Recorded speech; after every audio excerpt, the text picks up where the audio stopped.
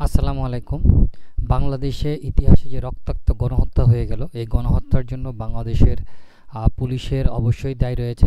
পুলিশের লোকজন সরকারকে অন্ধভাবে সমর্থন করতে গিয়ে তারা বাংলাদেশের মানুষকে আ হত্যাযজ্ঞে যে লিপ্ত হয়েছিল এবং শেষ পর্যন্ত তাদের যেই গণহত্যাকারীর আদেশে তারা হত্যা করেছিল, সেই গণহত্যাকারী পালিয়ে গেল।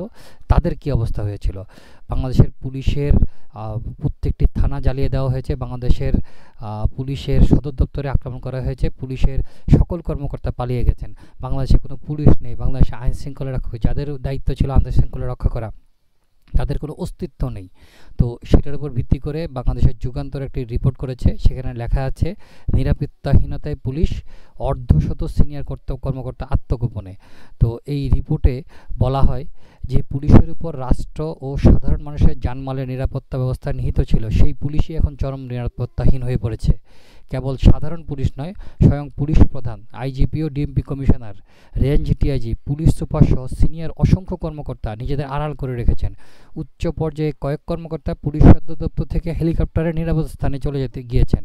স্বাধীনতার ৫৩ বছরের ইতিহাসে এটা নজিরবিহীন। শুধু তাই নয়, চরম ইমেজ সংকটেও পড়েছে এই আইনশৃঙ্খলা বাহিনী।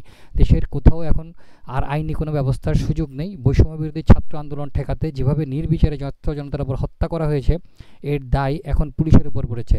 রোববার রাতে একটি গুরুত্বপূর্ণ বৈঠকে হতাহতের জন্য পুলিশের উপরই সব দায়িত্ব চাপানো হয়েছে।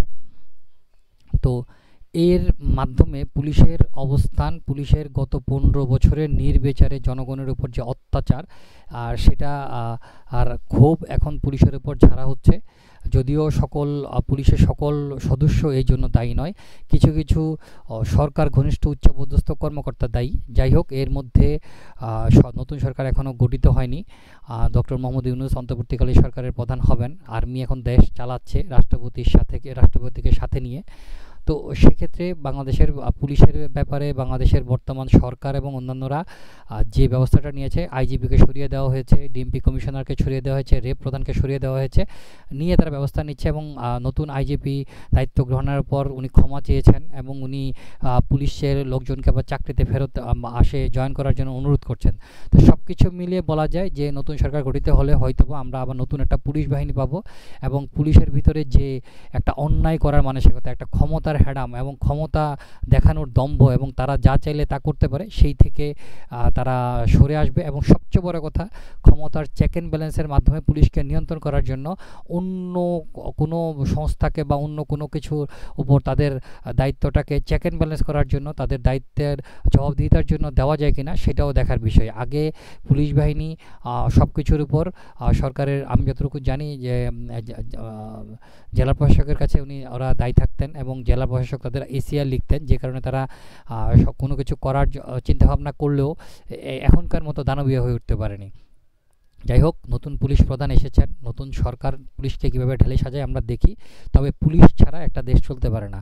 বাংলাদেশের মানুষ এই যে গত কয়েকদিন এমন নিরাপত্তাহীনতায় ভুগেছে, ডাকাতি হচ্ছে, এটা হচ্ছে, ওটা হচ্ছে, কেউ যদি কাউকে খুন করে ফেলে তার কোনো বিচার পাওয়ার বা তাকে আইন শৃঙ্খলা রক্ষাকারীর সাহায্য পাওয়ার কোনো সুযোগ হাতছাড়া হয়ে গেছিলো। তো এটা আমরা চাই না। আমরা চাই নতুন একটা পুলিশ বাহিনী গড়ে উঠবে এবং সেই পুলিশ বাহিনীর নেতৃত্বে বাংলাদেশ একটা সুন্দর বাংলাদেশ হবে। ধন্যবাদ।